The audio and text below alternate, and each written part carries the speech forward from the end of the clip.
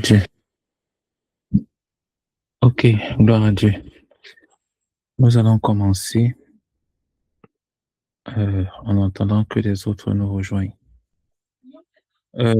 Bénissons le Seigneur pour la grâce et le privilège qu'il nous accorde de nous retrouver ce soir pour continuer l'étude du livre Le chemin de l'obéissance. Bénissons-le ensemble. Seigneur éternel, nous te bénissons et nous te rendons grâce pour la grâce et le privilège que tu nous donnes de pouvoir nous retrouver ce soir, Seigneur, pour continuer l'étude du livre Le chemin de l'obéissance. Merci grandement, Père éternel, ô Dieu, au nom puissant de ton Fils Jésus-Christ. Amen. Prions afin que le Seigneur vienne et qu'il nous parle, qu'il nous enseigne lui-même au travers de ce que nous allons lire aujourd'hui. Que le Seigneur lui-même vienne nous parler, vienne nous rencontrer, vienne nous enseigner au travers de ce que nous allons lire ce soir.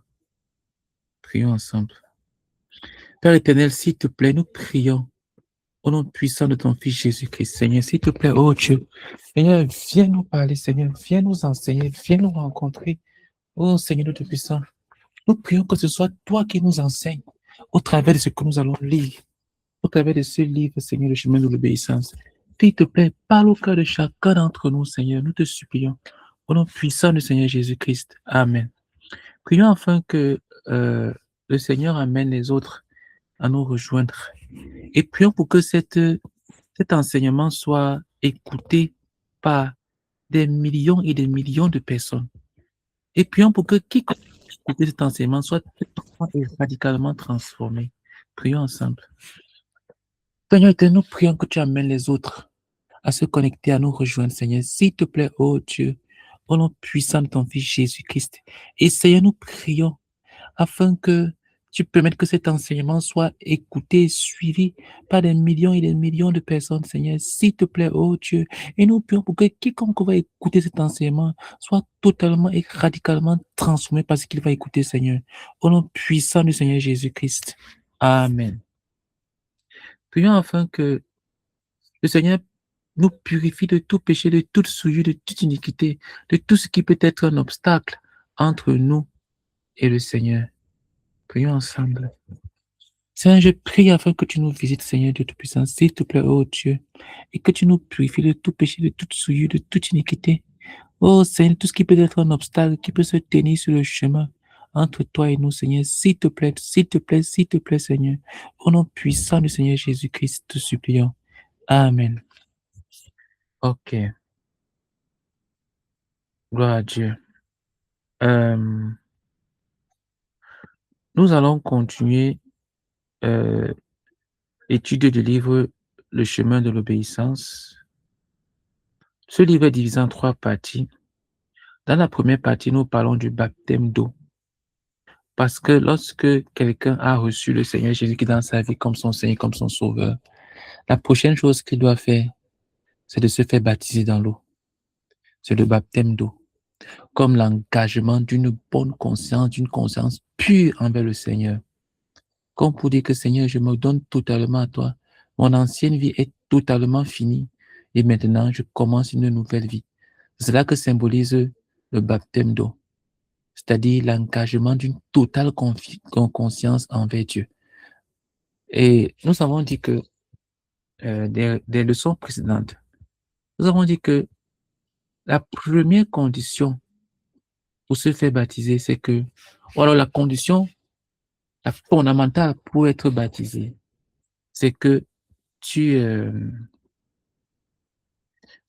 sois, que tu aies cru au Seigneur Jésus-Christ de tout ton cœur.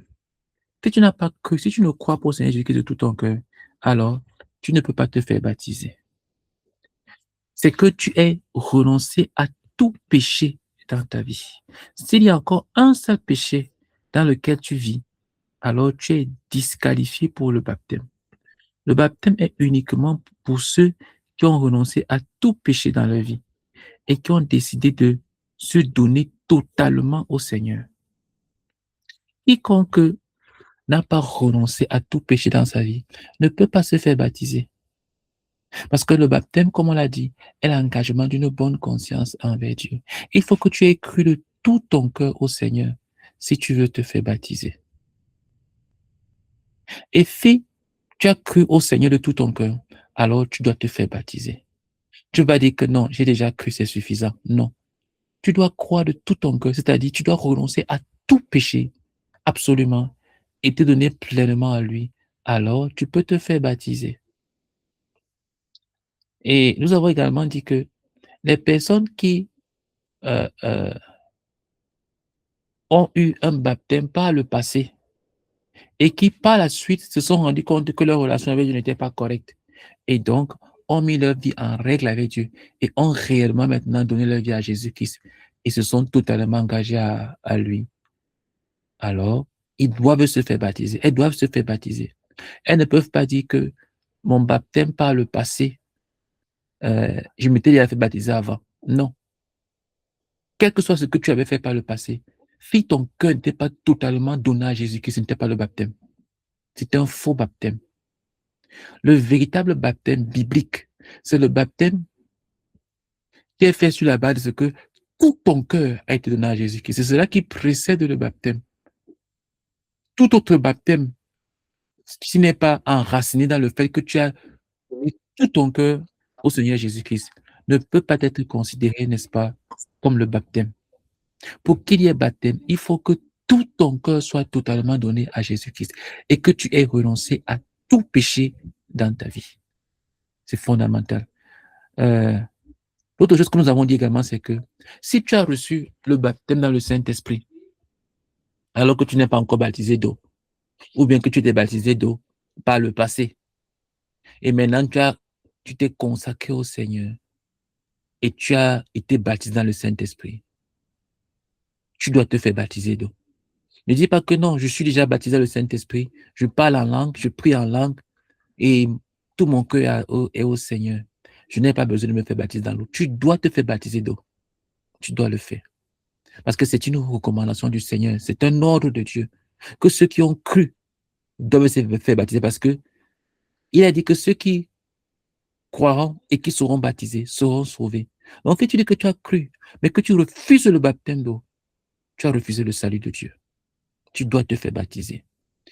Et la dernière chose que je vais dire, c'est que le baptême est fait par celui qui est d'abord lui-même croyant, c'est-à-dire qui a tout donné son cœur à Jésus-Christ, qui a renoncé à tout péché.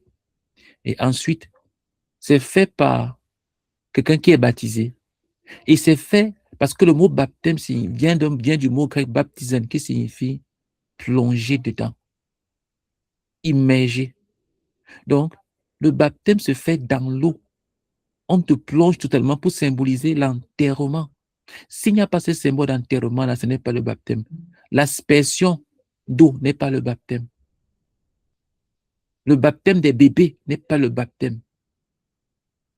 On doit te plonger totalement dans l'eau. Après que tu te sois totalement reparti de tous tes péchés, alors on te plonge totalement dans l'eau au nom du Père, du Fils et du Saint-Esprit. Et ensuite, on te ressort de l'eau parce que ça symbolise l'ensevelissement et la résurrection, comme on va le voir. Donc, aujourd'hui, nous allons commencer. Bienvenue, Désiré. Merci, Frère Jerry. Aujourd'hui, nous allons commencer. Nous allons voir la signification spirituelle du baptême. Frère Jerry, Oui, j'ai une question. oui, J'ai une question concernant le parler en langue. oui. J'ai eu un débat avec une sœur d'une autre communauté. Mhm, Elle m'a dit que le parler en langue, la Bible dit que quand on est dans une assemblée et mhm, qu'on parle en langue, et bon, elle a dit que quand on est dans une assemblée, tout ce qui se passe doit être mhm, fait pour l'édification de tous ceux qui sont là. mhm, Et quand on parle en langue et que tout le monde ne comprend pas, c'est pas normal. mhm, mhm, Donc, moi, je lui ai dit comme ça que, mais le parler en langue, c'est parler à Dieu. mhm. c'est une conversation avec Dieu. Donc, chacun est libre de parler, bon, soit en français ou en langue. Elle a dit non, que c'est pas normal, que l'enseignement, elle a reçu là. On dit que dans l'assemblée, on ne doit pas parler en langue. Non. Donc, jusqu'à présent, on fait le débat dessus, on n'a même pas fini. Non, il ne faut pas faire des débats. En fait, Paul a recommandé qu'il n'y ait pas trop de parler en langue. Il n'a pas dit que c'est interdit de parler en langue. Parce que il dit que quand des gens parlent en langue, on ne comprend pas ce qu'il dit. Donc, il demande d'avoir peu de parler en langue, mais il ne dit pas qu'on ne doit plus parler en langue pendant les réunions. Il faut bien lire la parole de Dieu. La Bible n'interdit pas le parler en langue en public. La Bible recommande de ne pas multiplier de beaucoup trop la prière en langue. Parce que ça n'est dit ça, les autres ne sont pas édifiés puisque toi tu es en train de parler en Dieu et c'est ton esprit même. Voilà. Mais ça ne veut pas dire que c'est interdit.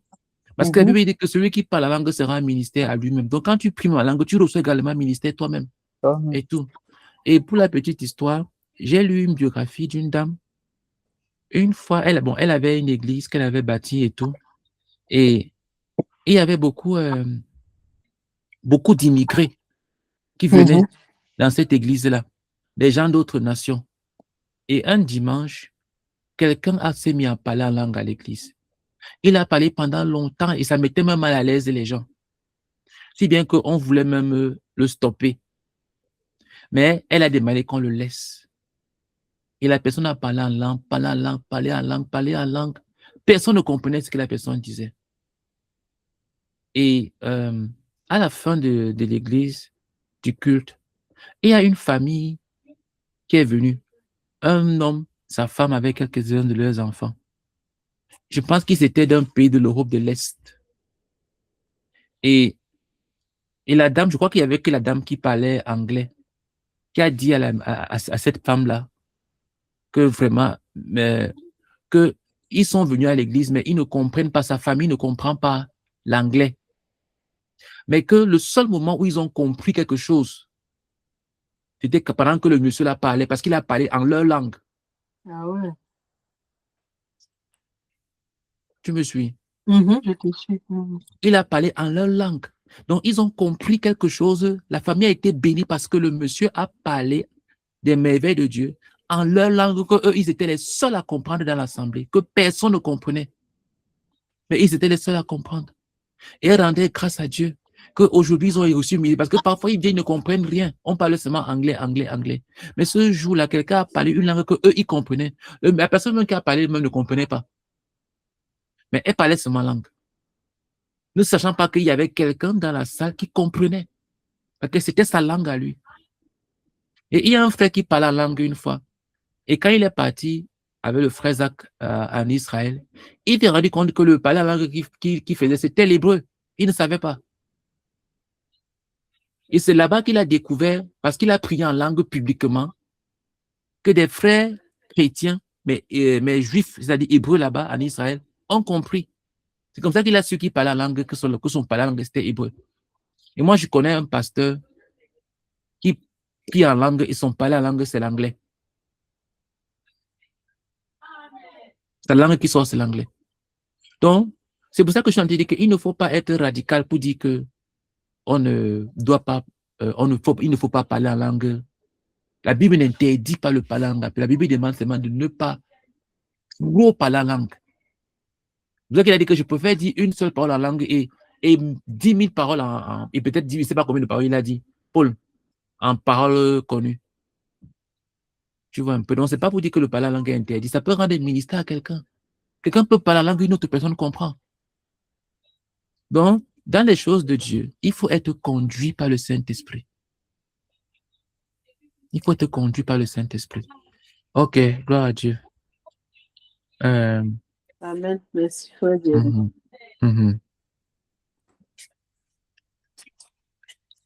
Ok, on va continuer avec la signification spirituelle du baptême.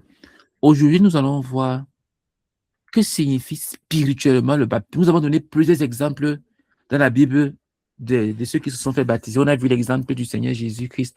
On a vu l'exemple de l'apôtre Paul. On a vu l'exemple de l'eunuque éthiopien. On a vu l'exemple de beaucoup d'autres personnes, de Corneille. On a vu l'exemple. Donc, aujourd'hui, non, nous allons voir que signifie spirituellement le baptême. Quand on parle du baptême d'eau, c'est quoi le baptême, spirituellement parlant? Donc, je vais lire. La signification spirituelle du baptême. A.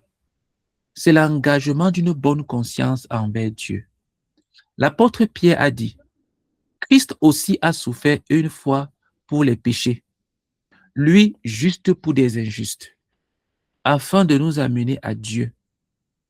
Ayant été mis à mort quant à la chair, mais ayant été rendu vivant quant à l'esprit, dans lequel aussi il est allé prêcher aux esprits en prison, qui autrefois avaient été incrédules, lorsque la patience de Dieu se prolongeait au jour de Noé, pendant la construction de l'arche, dans laquelle un petit nombre de personnes, c'est-à-dire 8, furent sauvées à travers l'eau. Cette eau était la figure du baptême, qui n'est pas la purification des souillures du corps, mais l'engagement d'une bonne conscience envers Dieu, et qui maintenant vous sauve, vous aussi, par la résurrection de Jésus-Christ. 1 Pierre 3, versets 18 à 21. Alors, le baptême est l'engagement d'une bonne conscience envers Dieu. C'est faire appel à Dieu pour obtenir une bonne conscience. Pourquoi le baptême est-il l'engagement d'une bonne conscience envers Dieu? C'est parce que la dette du péché qui pèse sur lui, sur celui qui accepte d'être baptisé, a été payée. Parce que le sang de Christ l'a lavé de tous ses péchés. Celui qui est baptisé peut alors venir à Dieu avec une bonne conscience et avec assurance. Une telle personne dit au Seigneur, Père, grâce au sang de Christ, je suis libéré de ma dette et des liens du péché. Et je viens donc à toi. Évidemment, seuls ceux qui ont déjà expérimenté la puissance régénératrice de Dieu peuvent se présenter ainsi devant lui. Un incroyant ne peut pas venir de cette manière vers Dieu. Un bébé non plus. Donc, la première chose qu'il faut comprendre, c'est que c'est l'engagement d'une bonne conscience parce que il n'y a plus de culpabilité. Quand tu commets le péché, il y a la culpabilité. Tu te sens misérable. Le péché amène la misérabilité dans ton cœur. Tu sens que tu es. Le péché, personne ne peut s'élever par le péché. Le péché ne rend personne, en réalité, euh, euh, élevé. Le péché ne lève pas, le péché rabaisse. À cause du péché, Dieu a dit à Adam que tu es poussière et tu retourneras poussière. Voilà ce que le péché fait de l'homme. Ça le rend poussière, ça le ramène à la poussière. Donc, il y a une culpabilité. C'est pour ça que quelqu'un qui est honnête et qui n'est pas encore sauvé, si tu lui demandes, si tu meurs aujourd'hui, où est-ce que tu iras? Quelqu'un qui est honnête va te dire que je ne sais pas. Pourquoi est-ce qu'il te dit qu'il ne sait pas? Parce qu'il y a la culpabilité du péché dans sa conscience. Il sait qu'il ne mérite pas le ciel. Il sait qu'il ne mérite pas le ciel. Donc, il ne peut pas s'appuyer sur sa propre vie pour dire qu'il ira au ciel. C'est pas possible s'il est honnête et s'il est sérieux. Une telle personne ne peut pas le faire. Mais quand quelqu'un s'est repenti de tous ses péchés et a accepté Jésus qui est dans son cœur comme son Seigneur, comme son Sauveur, le sang de Jésus-Christ là enlève la culpabilité du péché. Il sait qu'il est sauvé, non pas par ses propres mérites, mais par le sang de Christ qui a été versé à la croix. Et par conséquent, il n'y a plus de culpabilité qui pèse dans sa conscience. Il se sent comme une plume, comme une feuille. Quelqu'un comme ça se sent tellement léger. Pourquoi est-ce qu'il se sent léger? Parce que le poids de ses péchés a été ôté. Le poids de ses péchés a été ôté. Il n'y a plus un sentiment de jugement. Quand tu n'es pas encore sauvé, dès qu'on va te faire un reproche, tu vas dire que pourquoi tu me juges? Tu me juges. Voilà comment est-ce que les pécheurs parlent souvent. Quand tu leur dis une chose, tu me juges, tu me juges, tu me juges. Pourquoi? Parce qu'ils ont constamment la culpabilité dans leur conscience. Des consciences coupables. C'est pour cela que moins de choses, tu me juges, tu me juges. Dieu a dit qu'il ne jugeait point. Tu me juges, tu me... Pourquoi? Parce que leur conscience est déjà coupable. Et quand tu leur fais un reproche, ça vient tomber, ça vient frapper sur la culpabilité de leur conscience. Et c'est pour cela que ils se sentent jugés. Mais quelqu'un qui s'est réellement repenti, qui a renoncé à tout péché, qui a décidé de ne plus commettre le péché dans sa vie et qui a accepté Jésus-Christ comme son Seigneur, comme son Sauveur, cette personne, elle est purifiée de ses péchés. Sa conscience est purifiée. Sa dette a été payée parce qu'elle elle ne s'appuie plus sur sa propre vie à elle, mais elle s'appuie sur le Seigneur Jésus-Christ. Samedi, j'étais à l'aéroport pour prendre mon vol et le monsieur qui était chargé de peser mes bagages, il m'a demandé comment vous allez. Je lui ai dit que je vais super, très, très bien. Il m'a demandé c'est quoi mon secret, pourquoi est-ce que je vais bien comme ça. Et je lui ai dit que je suis pasteur. C'est parce que Dieu remplit mon cœur. C'est pour ça que je vais bien et que je l'encourage aussi à faire de même. Et il m'a dit une chose, il m'a dit que oui, qu'il essaye aussi de temps en temps de marcher avec Dieu, qu'il s'efforce. Et je lui ai dit qu'il ne faut surtout pas essayer. C'est la meilleure chose pour ne pas être sauvé. Essayer d'être sauvé. Il ne faut pas essayer. Je lui ai dit, il faut que tu t'abandonnes entre les mains de Dieu. Tu te donnes à lui. Tu lui confies ta vie. En quelque temps, pendant qu'on est en train de peser mes valises, je tentais de lui dire comme ça. Bon, il y avait les gens derrière moi, donc du coup, j'ai avancé. Voilà la parole que je lui ai dit parce que quand tu te donnes entre les mains du Seigneur Jésus-Christ, tu comprends que ton salut n'est plus entre tes mains, ton salut est entre les mains de Jésus. C'est pour cela que maintenant ta conscience, elle est purifiée.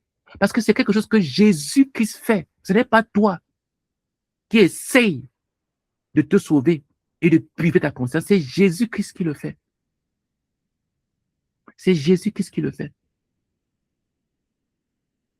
C'est Jésus-Christ qui le fait. Quand tu vas essayer toi-même de purifier ta conscience, tu vas échouer. Pourquoi? Parce que tu vas continuer à pécher. Et chaque fois que tu vas pécher, tu vas te rappeler que ta conscience est coupable. Pourquoi est-ce que le baptême est l'engagement d'une bonne conscience? Parce que lorsque je viens me faire baptiser, je viens avec une conscience purifiée par le sang de Jésus-Christ. Pas purifiée par ma propre vie, par mes propres forces, non. Purifiée parce que Christ a payé ma dette. Voilà pourquoi le baptême est l'engagement d'une bonne conscience. Je viens me baptiser parce que j'ai décidé de mettre fin à tout péché dans ma vie. Il n'y a rien qui m'accuse. Je viens me faire baptiser parce que j'ai remis mon salut entre les mains de Jésus. J'ai accepté Jésus comme mon sauveur personnel. C'est ce que je disais à une collègue aujourd'hui. Je lui disais que reçois simplement Jésus-Christ comme ton sauveur. Arrête. Renonce à tout péché dans ta vie. Tout péché, même le mensonge, même les blagues, à tout péché et accepte simplement Jésus-Christ comme ton sauveur. Comme ton sauveur.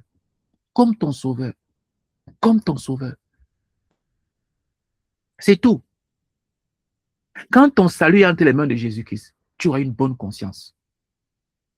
Parce qu'il va la purifier. C'est lui qui purifie ta conscience. Et maintenant, tu viens te faire baptiser pour confirmer le fait que il n'y a aucune accusation dans ton cœur. Quand je viens me faire baptiser, c'est parce que je viens dire à Dieu, Seigneur, ma conscience est légère, est pure. Il n'y a pas une ombre dans mes... Parce que je sais que tu as tout payé à la croix. Je ne ressens aucune accusation dans ma vie. Parce que tu as tout payé. Et comme le frère Zach dit ici, il dit que ce n'est que ceux qui ont déjà expérimenté la puissance régénératrice de Jésus-Christ qui peuvent le faire. Si tu n'es pas un croyant, si tu ne comprends même pas ce que je suis en train de dire, ça veut dire que tu ne peux même pas te faire baptiser. Tu as encore la culpabilité de ta conscience. Tu vis dans le péché est encore présent dans ta vie. Parce que tu n'as pas renoncé au péché. Donc le baptême, c'est pour ceux qui ont renoncé à tout péché et qui ont accepté Jésus-Christ comme leur sauveur. Ça veut dire quoi? Ça veut dire que c'est Jésus-Christ qui les sauve. Ce n'est pas leurs propres efforts. Ils ne sont pas sauvés parce qu'ils sont bons ou bien parce qu'ils sont meilleurs que les autres.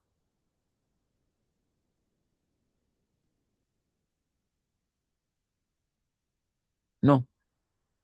Ils sont sauvés parce qu'ils ont mis leur foi en Jésus.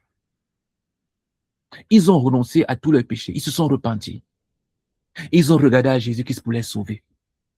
Pour dire, Seigneur, je te suis. Et quand ils l'ont fait, il y a quelque chose qui s'est produit en eux. Que seul Dieu peut produire cela. Leur conscience a été purifiée par la main de Dieu, par le sang de Jésus-Christ. Ce n'est pas du développement personnel. Ce n'est pas de l'autosuggestion. On ne leur a pas dit que crois. Répète que ma conscience est purifiée. Répète. Donc, ce n'est pas une formule magique. Non. Il y a une puissance régénératrice que Dieu a fait. Pourquoi? Parce qu'ils se sont repentis de tous leurs péchés et qu'ils ont regardé à Jésus. Quand ils ont fait ça, Dieu lui a fait sa part. Et quelle était la part de Dieu? C'est de purifier leur conscience. Dieu purifie les consciences par la foi. Dieu purifie les cœurs par la foi. Il n'y a pas de cœur qui est purifié par les œuvres. Aucun cœur ne peut être purifié par les œuvres. On ne purifie pas le cœur par les efforts. Que personne ne dise que je vais purifier mon cœur de mes propres forces. Je vais m'efforcer d'avoir un cœur pur. Ce n'est écrit nulle part dans la Bible. La Bible dit que nos cœurs sont purifiés par la foi. La foi en qui? La foi en Jésus. Et quand je regarde à Jésus qui est comme celui qui me sauve, je reçois le salut. Et j'ai une conscience pure, non coupable. Alors, je peux venir donc avec une bonne conscience et dire, Seigneur, je viens à toi. Je m'engage, je me donne à toi, publiquement. Parce que ma conscience, elle est correcte. Il n'y a aucune accusation. Il n'y a pas une chose dans ma vie que je sais que tu ne veux pas. Donc, je viens publiquement témoigner de ce que ma conscience devant toi est pure. Je me fais baptiser. Voilà la première chose qu'il faut d'abord dire sur la signification spirituelle du baptême. C'est l'engagement d'une bonne conscience envers Dieu. Lisons la deuxième chose. B. Une union avec Christ dans sa mort et la mort au péché. La Bible dit, que dirons-nous donc? Demeurerions-nous dans le péché afin que la grâce abonde? Loin de là. Nous qui sommes morts au péché, comment vivrions-nous encore dans le péché? Ignorez-vous que nous tous qui avons été baptisés en Jésus-Christ, c'est en sa mort que nous avons été baptisés? Romains 6, versets 1 à 3. Lorsque quelqu'un est baptisé, c'est comme s'il disait, je suis mort avec Christ parce que j'ai été crucifié avec lui. Le péché a crucifié Christ. Par conséquent, je m'en sépare de tout mon cœur en coupant avec le péché sous toutes ses formes et manifestations. Continuer à vivre dans le péché après avoir été baptisé, c'est une chose terrible. C'est crucifier Christ une seconde fois. Donc, quand tu te fais baptiser, tu es en train de dire que tu t'es uni. Tu es devenu un avec Christ dans sa mort. Et il est mort à cause du péché. Tu t'unis avec Christ dans sa mort. Tu es en train de dire, je me suis séparé de tout péché. Concernant le péché, je suis mort. Je suis comme un cadavre. C'est ce que tu es en train de dire. Quand tu te fais baptiser, tu es en train de dire que pour ce qui concerne le péché, ma vie s'arrête. Je suis mort vis-à-vis du péché. Parce que je me suis totalement séparé du péché. C'est pour ça que quelqu'un qui garde un seul péché, même ne serait-ce comme une aiguille, une toute petite aiguille dans sa vie, ne peut pas se faire baptiser. Pourquoi? Parce qu'il a dit qu'il est encore vivant. Il n'est pas en train de s'identifier à Christ. Christ est mort à la croix à cause du péché. Et il est vraiment mort. Il n'est pas mort à moitié. On ne meurt pas à moitié. Il est mort jusqu'à ce qu'on l'a enterré. Pendant 3 jours, son corps était couché. Donc, quand je me fais baptiser, qu'est-ce que je suis en train de dire? Je suis en train de dire que le péché est fini totalement dans ma vie. Il n'y a pas un seul péché. C'est-à-dire quoi? Il n'y a pas une seule chose que je sais que Dieu ne veut pas. Et je vais continuer à faire. Il n'y a pas une seule chose que je sais que Dieu veut. Et je vais refuser de faire. Je viens avec une bonne conscience, vraie, authentique. Et je m'unis à Christ vis-à-vis du péché. Pour le péché, je suis mort. Je suis mort. Je suis mort. Donc le baptême, c'est l'union avec Christ dans sa mort. Quand je me fais baptiser, je viens de dire que je me mets un avec Jésus vis-à-vis du péché. C'est pour ça que quelqu'un qui s'est fait baptiser et qui continue à défendre le péché, il a un problème dans sa conversion. Il a une fausse conversion. Si tu t'es fait baptiser et que tu continues à vivre dans le péché, tu as une fausse conversion. Tu es en train de dire que Christ doit mourir encore une seconde fois. Parce que tu vas dire que je me suis uni à lui quand je me suis fait baptiser. Mais pourquoi tu continues à vivre dans le péché? Non. Le baptême, c'est l'union avec Christ dans sa mort. Il a mort au péché. Quand je me fais baptiser, je suis en train de dire que moi et Jésus-Christ, on est un vis-à-vis du péché. Ça veut dire qu'on est mort à la croix ensemble. Et pour ceux qui ont écouté l'enseignement sur la délivrance du péché, on a dit que le seul moyen d'être délivré du péché, ce n'est pas la mort. C'est d'être identifié avec Christ à la croix. Quelqu'un qui ne veut pas mourir, qui refuse de s'identifier à Christ à la croix, ne peut pas connaître la délivrance du péché.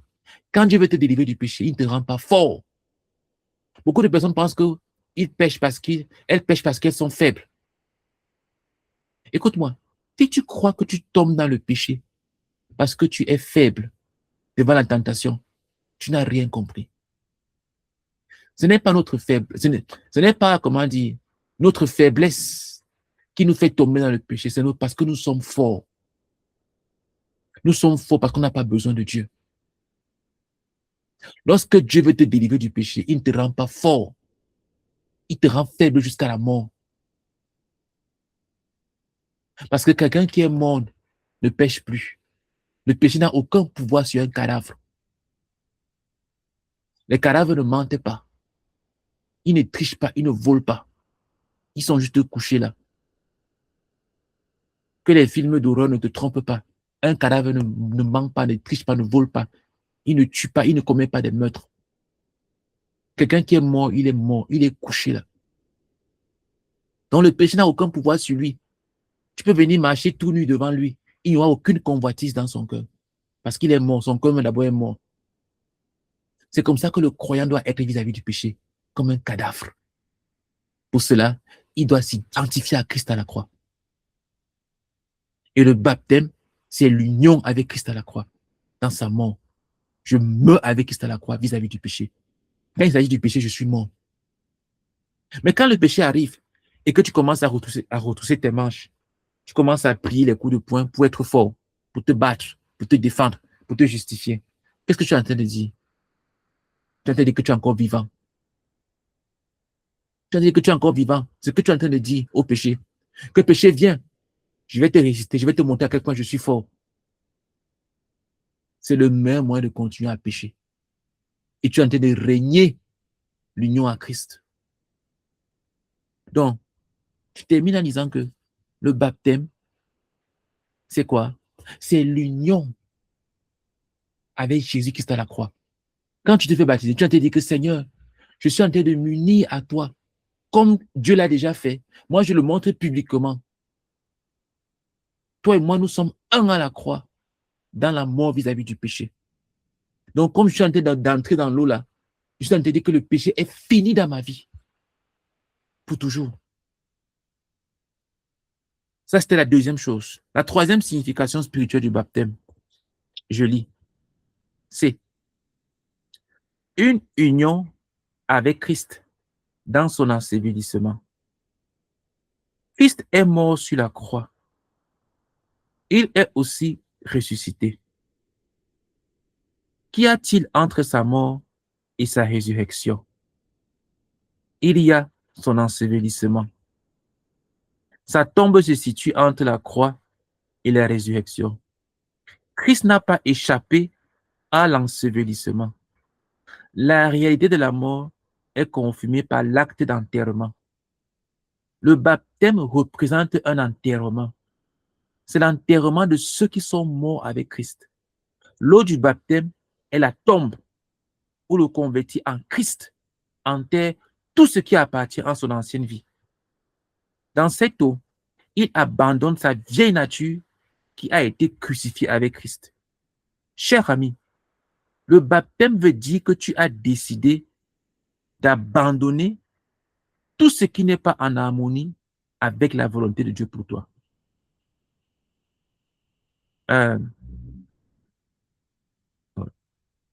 Wow. OK.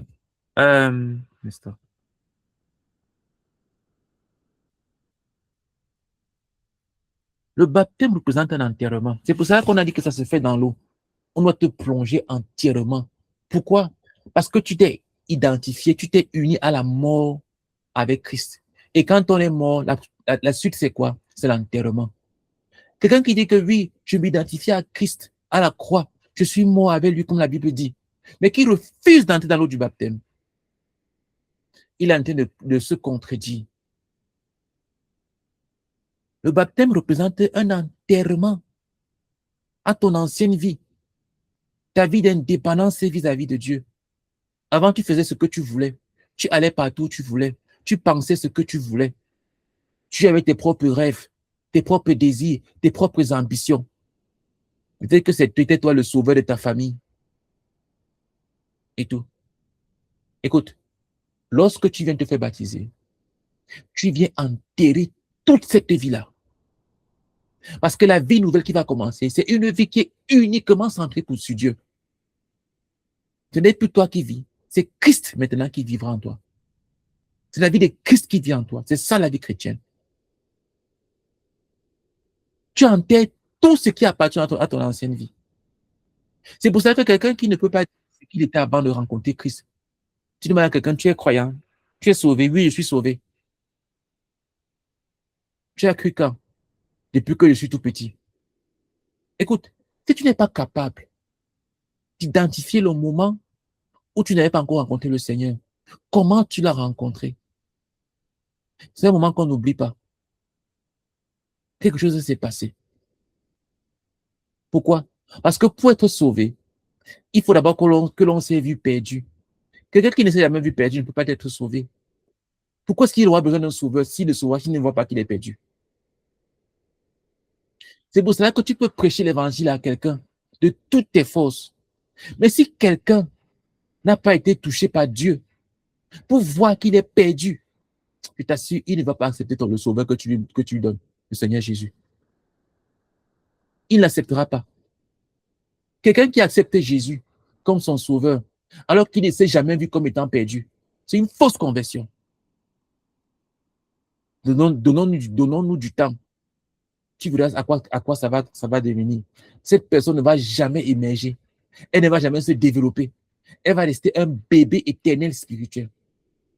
Elle ne va jamais devenir une personne s'élargir, jamais avec Dieu. Elle ne va jamais connaître des auteurs et des auteurs et des auteurs et des auteurs dans sa relation avec Dieu. Pourquoi? Parce qu'elle a accepté un Jésus-Christ sauveur alors qu'elle ne s'est jamais vue perdue. Jésus-Christ est venu sauver ceux qui étaient perdus. Il n'est pas venu sauver ceux qui sont justes. Donc, quelqu'un qui accepte un Jésus sans s'être vu comme étant perdu, est encore perdu.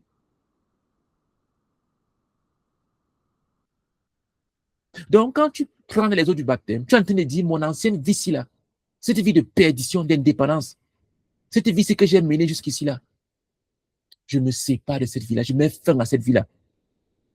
Je viens dans les eaux du baptême pour enterrer cette vie-là. J'entre dans l'eau du baptême pour dire que cette vie-là, je mets fin à cela. Je deviens une nouvelle personne. J'ai vu des gens entrer dans l'eau du baptême et en sortir sans même comprendre ce qui se passait. Pourquoi? Parce qu'une fois qu'ils sont sortis de l'eau, ils ont fait des déclarations bizarres. Ça m'avait pincé le cœur. Mais j'étais resté tranquille. Et la suite a confirmé que cette personne n'avait jamais réellement cru. Je répète, si tu ne t'es jamais vu perdu, tu ne peux pas connaître Jésus-Christ comme un sauveur. Il t'a sauvé de quoi? Il t'a sauvé de quoi? Tu suivais tes parents à l'église. Tu as grandi dans un environnement chrétien. Comment donc tu peux connaître un sauveur alors que tu n'as jamais été perdu?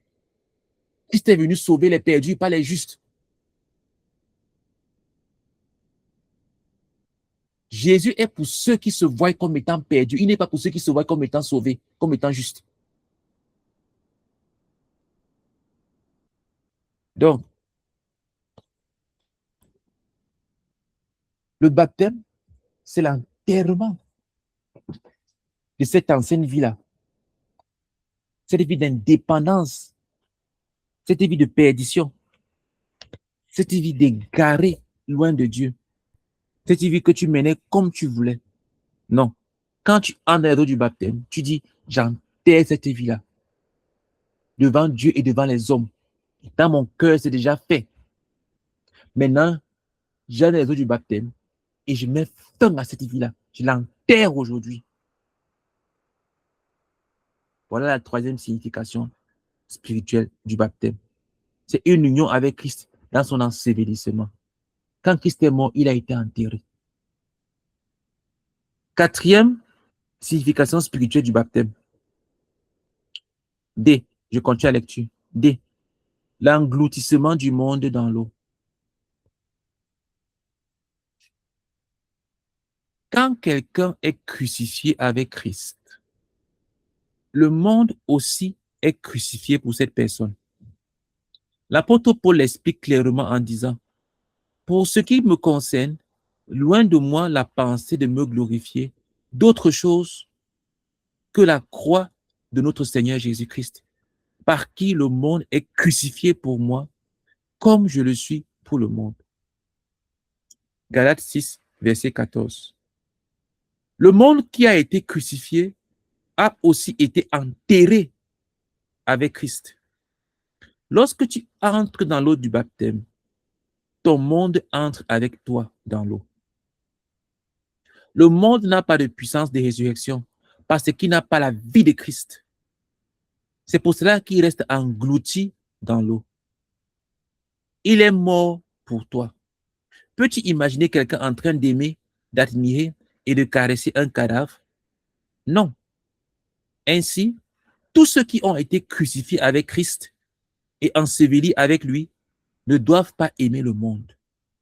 En un sens, ils ne peuvent même pas aimer le monde, car l'amour du monde n'est point en eux. À cela, l'apôtre Jean pouvait dire, n'aimez point le monde, ni les choses qui sont dans le monde. Si quelqu'un aime le monde, l'amour du Père n'est point en lui. 1 Jean 2, verset 15. Ce n'est pas seulement le monde qui est enterré dans l'eau du baptême. Les choses du monde qui éloignent du Seigneur Jésus, ils sont aussi enterrés. Le baptême veut dire que toutes ces choses sont englouties dans l'eau. Il est triste de retourner encore en arrière pour les aimer et les servir après avoir été enterrés. Je veux te rappeler, à toi qui as été baptisé, que le monde est fini pour toi. Tu ne dois plus avoir de plan pour te glorifier, t'exalter et t'adorer toi-même. Tous tes plans doivent être centrés uniquement sur le Seigneur Jésus et son royaume. Tu n'as aucun choix là-dessus. Ok, je vais commenter. Premièrement, le monde, c'est quoi? Le monde, c'est tout ce à quoi tu veux plaire en dehors de Jésus-Christ. Le monde, c'est quoi? Le monde, c'est tout ce à quoi toi, tu recherches l'approbation. Tu recherches à plaire en dehors de Jésus. Le monde, c'est tout ce qui n'a pas besoin de Dieu pour avancer. Le monde, c'est tout ce qui est sans Christ.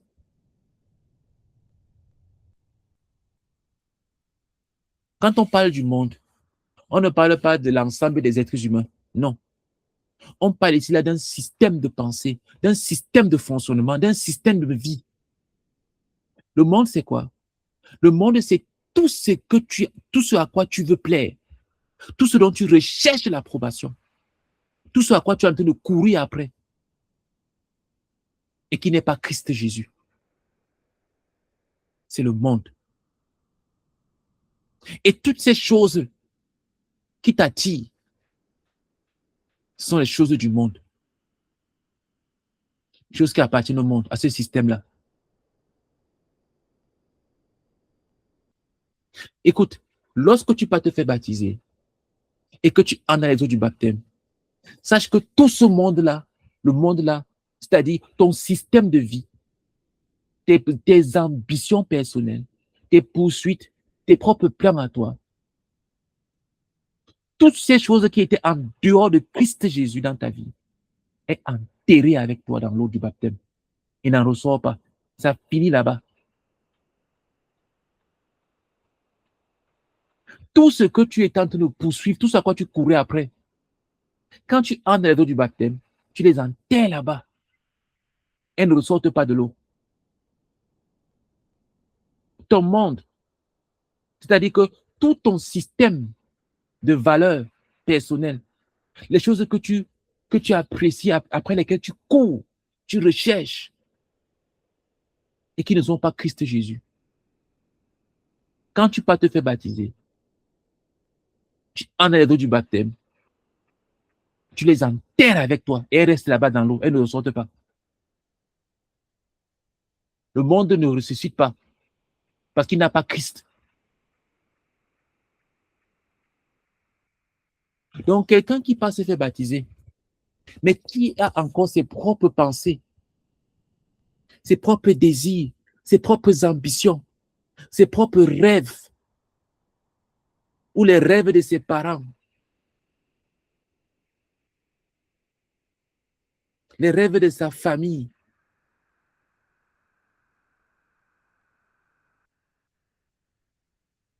n'est pas qualifié au baptême. Le baptême, c'est quoi? C'est l'enterrement de tout ce système-là dans l'eau. Désormais, tu vis pour Christ Jésus et uniquement pour Jésus-Christ. Tout ce monde-là enterré entièrement. Même les plaisirs qui sont dans le monde. Tu dois te poser une seule question. Ce que je veux faire là, c'est pour la gloire de qui? Est-ce que c'est pour ma propre gloire à moi? Est-ce que c'est pour la gloire de telle ou telle personne? Ou est-ce que c'est pour la gloire de Jésus-Christ? Si ce n'est pas pour la gloire de Jésus-Christ, c'est une chose du monde. Sache qu'elle est enterrée dans l'eau du baptême. Elle ne ressort pas, c'est un cadavre. Et on ne caresse pas les cadavres. On les enterre. Tu peux aimer quelqu'un de son vivant de tout ton cœur, de toutes tes forces. Mais quand il meurt, quand cette personne-là meurt, malgré tout l'amour que tu avais pour cette personne pendant qu'elle était vivante, tu vas seulement l'enterrer. Si tu restes avec cette personne-là, on va dire que tu es folle ou bien tu es fou. On ne va pas dire que non, tu l'aimais trop. Il n'y a personne qui va conserver un cadavre par amour et cette personne aura l'approbation de la société. Non. Tu peux aimer quelqu'un de tout ton cœur, aimer tellement cette personne-là. Mais une fois que cette personne ferme les yeux et meurt, tu vas l'enterrer. Si tu la gardes toujours près de toi, c'est que tu as perdu la tête. Donc, quand tu en es l'eau du baptême, tu es en train d'enterrer ton amour pour les choses du monde, pour les plaisirs du monde, ton amour pour le monde et ces choses. Tu ne peux pas continuer à les aimer. C'est un cadavre, ça reste là-bas. Sinon, aux yeux de Dieu, tu es bizarre, tu es insensé. C'est pour ça qu'il dit, n'aimez point le monde. Si quelqu'un aime le monde, l'amour du Père n'est point en lui. Quand je me suis fait baptiser, j'ai renoncé à mon amour pour le monde, au système du monde. Dans le monde, les gens cherchent la grandeur, ils cherchent les positions, ils cherchent les placements, ils veulent des choses. Quand tu te fais baptiser, tu as renoncé à cela. Désiré, tu avais une question, j'ai vu que tu as ouvert ton micro. Oui. Je n'ai pas de questions pour l'instant. Ah, parce que tu as ouvert le micro. OK. Donc, c'est ça. Voilà la quatrième signification spirituelle du baptême.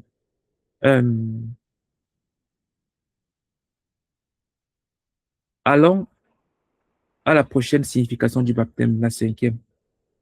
Je continue la lecture. E. Le baptême est un ensevelissement. Je lis. Nous avons vu que le baptême est un ensevelissement. Normalement, seules les personnes qui sont mortes peuvent être enterrées.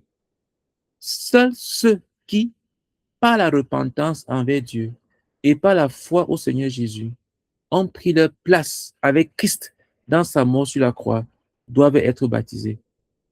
Tous les autres sont exclus du baptême. Nous nous demandons ensuite, comment un mort est-il enterré? Lors de l'enterrement, le mort est mis entièrement sous terre. Il n'y est pas mis partiellement.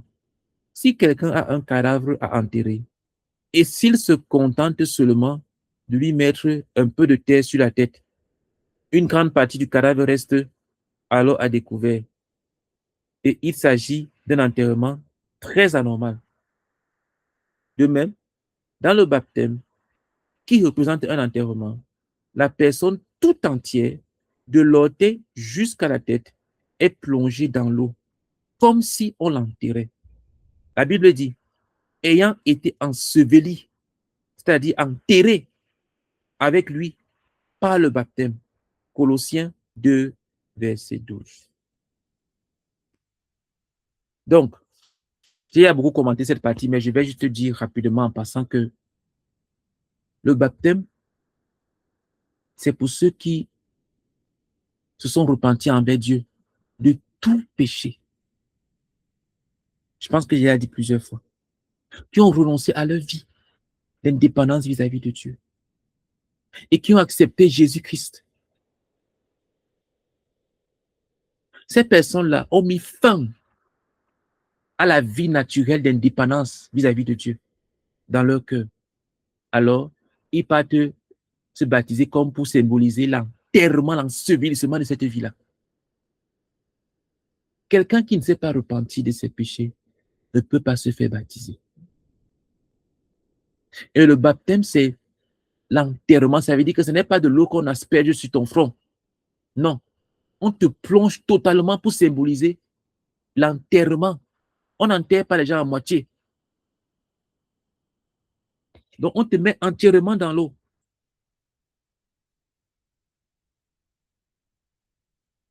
L'aspersion n'est pas le baptême. Si tu t'es repenti de tous tes péchés, mais que tu as été aspergé d'eau, c'est un faux baptême. Ce n'est pas le baptême. Si tu t'es fait baptiser entièrement dans l'eau, mais tu ne t'es pas repenti de tous tes péchés, c'est également un faux baptême. Le baptême de la Bible, c'est pour ceux qui se sont repentis de tous leurs péchés devant Dieu et qui ont accepté Jésus-Christ comme leur sauveur personnel. Alors, ils sont allés et ont été plongés entièrement dans l'eau et en sont ressortis. Voilà le baptême biblique. OK.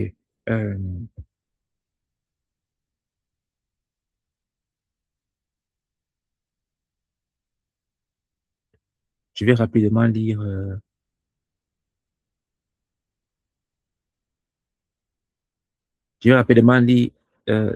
cette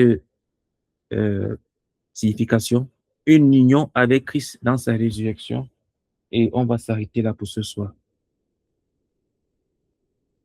Le Seigneur Jésus n'est pas resté dans la tombe. Il est ressuscité des morts. La tombe ne fut pas l'ultime fin. Après la tombe, il eut pour lui la résurrection et la vie de résurrection. Une personne qui est enterrée avec Christ dans le baptême doit aussi entrer dans la nouvelle vie en Christ. La Bible dit, nous avons été ensevelis avec lui par le baptême en sa mort, afin que, comme Christ est ressuscité des morts par la gloire du Père, de même nous aussi, nous marchions à nouveauté de vie. Romains 6, verset 4. Ayant été ensevelis avec lui par le baptême, vous êtes aussi ressuscités en lui et avec lui par la foi en la puissance de Dieu qui l'a ressuscité des morts. Vous qui étiez morts par vos offenses et par l'incirconcision de votre chair, il vous a rendu à la vie avec lui en nous faisant grâce pour toutes nos offenses. Colossiens 2, versets 12 à 13. Ta mort avec Christ sur la croix ne t'a pas imparti la vie de Dieu. Ta nouvelle vie est liée à la résurrection du Seigneur Jésus. Tu es ressuscité avec lui. Lorsque tu es sorti de l'eau du baptême, un seul chemin a été ouvert devant toi. Le chemin de la nouveauté de vie en Christ. Le chemin qui t'est ouvert est celui de la ressemblance à Christ, ce qui inclut l'amour, la joie, la paix, la patience, la bénignité, la bonté, la fidélité, la douceur, la tempérance, la compassion, l'humilité, la tendresse, etc. Parce que tu es ressuscité avec Christ, tu dois rechercher les choses d'en haut et faire mourir celles qui sont sur la terre. C'est cela la sainteté, qui est tout entièrement liée au baptême. La Bible dit, si vous êtes ressuscité avec Christ, cherchez les choses d'en haut, où Christ est assis à la droite de Dieu. Affectionnez-vous aux choses d'en haut et non à celles qui sont sur la terre. Car vous êtes morts et votre vie est cachée avec Christ en Dieu. Quand Christ, votre vie, paraîtra, alors vous paraîtrez aussi avec lui dans la gloire. Faites donc mourir les membres qui sont sur la terre, l'impudicité, l'impureté, les passions, les mauvais désirs et la cupidité qui est une idolâtrie. C'est à cause de ces choses que la colère de Dieu vient sur les fils de la rébellion, parmi lesquels vous marchiez autrefois lorsque vous viviez dans ces péchés. Mais maintenant, renoncez à toutes ces choses, à la colère, à l'animosité, à la méchanceté, à la calomnie, aux paroles déshonnêtes qui pourraient sortir de votre bouche. Ne mentez pas les uns aux autres, vous étant dépouillés du vieil homme et de ses œuvres, et ayant revêtu l'homme nouveau, qui se renouvelle dans la connaissance selon l'image de celui qui l'a créé. Colossiens 3, versets 1 à 10.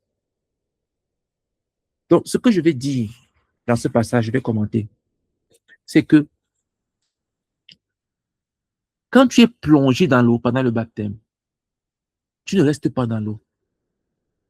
Le fait de te plonger dans l'eau là, comme on l'a vu, ça symbolise l'enterrement.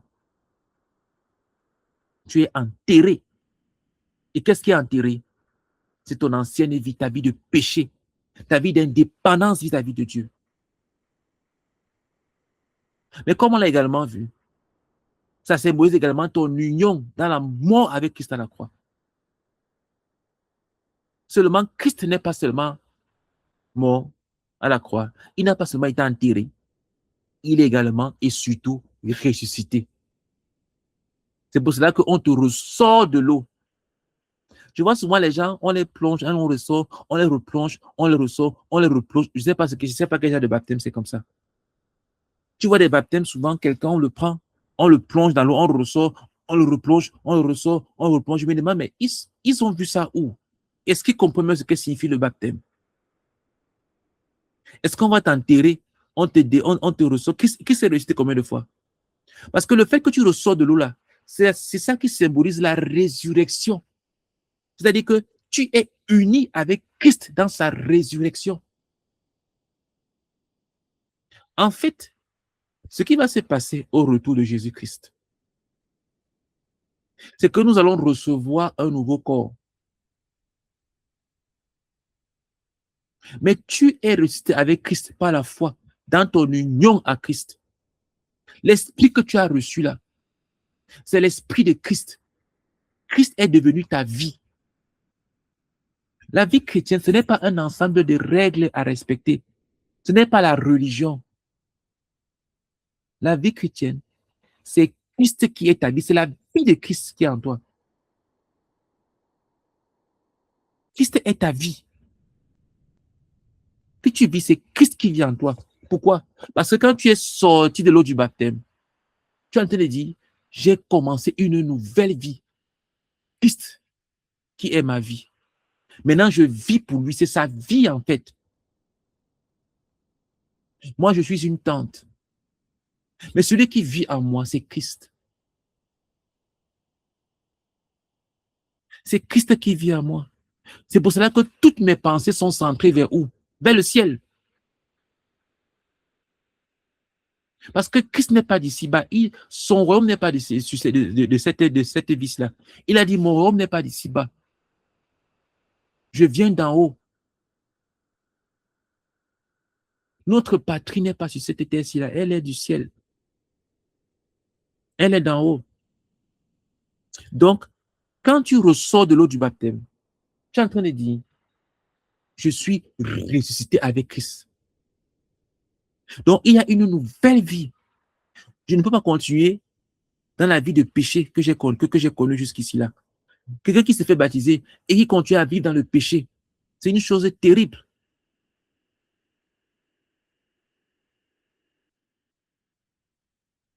Donc, tu dois coopérer avec Dieu pour que lorsque Dieu va ouvrir tes yeux sur des péchés qui sont dans ta vie, que tu puisses encore t'en séparer totalement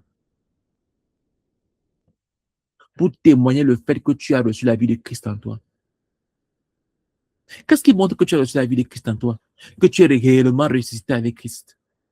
C'est que dès que Dieu va te montrer un péché dans ta vie, tu vas te tenir de son côté pour dire, Seigneur, ce péché doit prendre fin dans ma vie. Je n'aurai pas la paix jusqu'à ce que ce péché disparaisse de ma vie. Un enfant de Dieu ne peut pas faire la paix avec un péché dans sa vie. Les enfants de Dieu ne font pas la paix avec le péché dans leur vie. Pourquoi? Parce que c'est la vie de Christ. C'est Christ qui vit en eux. Comment Christ va faire la paix avec le péché? Comment Christ peut-il faire la paix avec le péché? Les enfants de Dieu ne peuvent pas faire la paix avec le péché dans leur vie. Ils ne peuvent pas. C'est pas qu'ils ne veulent pas, ils ne peuvent pas. Ils ne peuvent pas. Pourquoi? Parce que la semence de Dieu demeure en eux. La vie de Christ demeure à l'intérieur d'eux. C'est pour ça qu'ils ne peuvent pas faire la paix. Un enfant de Dieu, sa vie normale, sans effort, c'est qu'il n'aime pas le péché. Les enfants de Dieu ne se forcent pas. C'est qu'ils n'aiment pas le péché. Pourquoi? C'est parce que Christ est leur vie. La vie qu'ils mènent, c'est la vie de Christ. Ce n'est pas leur vie. Ce n'est plus leur vie. Leur vie à eux a été enterrée dans l'eau. Maintenant, quand tu vois un enfant de Dieu, la vie qu'il mène, c'est la vie de Christ. La vie ressuscitée. C'est Christ qui vit. C'est Christ qui habite en lui. C'est Christ qui est en train de s'exprimer au travers de lui. C'est pour ça qu'il ne peut faire la paix avec aucun péché. Aucun. Avec aucune rébellion. Aucun. Donc, voilà ce qu'il faut comprendre sur le baptême en tant que résurrection. Quand je me fais baptiser, je suis en train de témoigner que je suis ressuscité avec Christ. Je sors de l'eau pour commencer une nouvelle vie, la vie de Christ. Je ne sors pas de l'eau pour retourner à mes anciennes choses. On te baptise, on te plonge dans l'eau, et puis tu ressors, et puis tu continues à mener ta vie comme avant. C'est un faux baptême, tu n'as jamais rien cru. Tu sors de l'eau pour dire, ma vie là, elle est là-bas dans l'eau. La vie qui est sortie de l'eau aussi là, c'est la vie ressuscitée de Jésus-Christ. C'est Christ qui est ma vie maintenant. Je vis pour lui. Il vit en moi. Voilà le baptême spirituellement. On va s'arrêter là pour ce soir. Par la grâce de Dieu, la prochaine fois, nous allons voir que le baptême n'est pas la fin. Il y a encore autre chose que l'on verra concernant le baptême. On verra également que la confession des lèvres, mais sans régénération, ne suffit pas. Il ne suffit pas de dire que j'accepte Jésus, seulement par la bouche. Il faut que Dieu fasse quelque chose dans ton cœur. On verra ça la prochaine fois. Je ne sais pas si on va réussir. Non, je ne pense pas qu'on finira ce chapitre la semaine prochaine. Peut-être on verra. Il est assez long. C'est normal, c'est 3 parties. C'est une partie entièrement qu'on est en train de lire. Ok, on va s'arrêter là pour aujourd'hui. Bénissons le Seigneur pour la signification spirituelle du baptême. Nous avons dit que le baptême était l'engagement d'une bonne conscience envers Dieu. Nous avons dit que le baptême, c'était l'union avec Christ dans sa mort et la mort au péché. Nous avons dit que le baptême, c'était l'union avec Christ dans son ensevelissement. Nous avons dit que le baptême, c'est l'engloutissement de ton monde, du monde dans l'eau, tout ce qui n'a pas besoin de Dieu. Et nous avons dit que le baptême est un ensevelissement. Et on vient de voir que le baptême également, c'est une union avec Christ dans sa résurrection. Celui qui sort du baptême, qui sort des eaux du baptême est en train de dire, je commence une nouvelle vie, où c'est Christ qui vit. Bénissons le Seigneur pour ce partage de ce soir et prions pour que ce que le Seigneur nous a dit soit protégé dans nos cœurs et devienne vie dans le cœur de chacun d'entre nous qui l'avons écouté. Bénissons le Seigneur ensemble. Père éternel, nous te bénissons et nous te rendons grâce pour le message de ce soir, Seigneur. Merci grandement pour tout ce que tu nous as dit, pour tout ce que tu nous as partagé. Seigneur, merci pour la signification spirituelle du baptême. Merci grandement, Père éternel. Seigneur, je prie afin que cette vérité soit révélée et saisie par toute personne qui écoutera ce message, Seigneur, s'il te plaît, qu'elle comprenne la signification spirituelle du baptême et toutes ses implications, Seigneur. S'il te plaît, oh Dieu. Au nom puissant de ton Fils Jésus-Christ. Merci grandement pour cet enseignement de ce soir. Au nom de Jésus. Amen. Ok. On a fini. Ok. Passez une bonne soirée. Désiré, passe une bonne soirée.